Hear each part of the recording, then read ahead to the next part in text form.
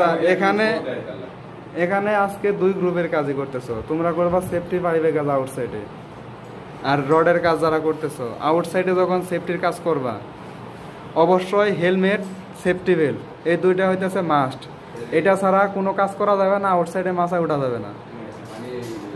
এটা কিন্তু এর আগে বলা হয়েছে, নতুন করে যারা না বলা লাগে প্রতিদিন।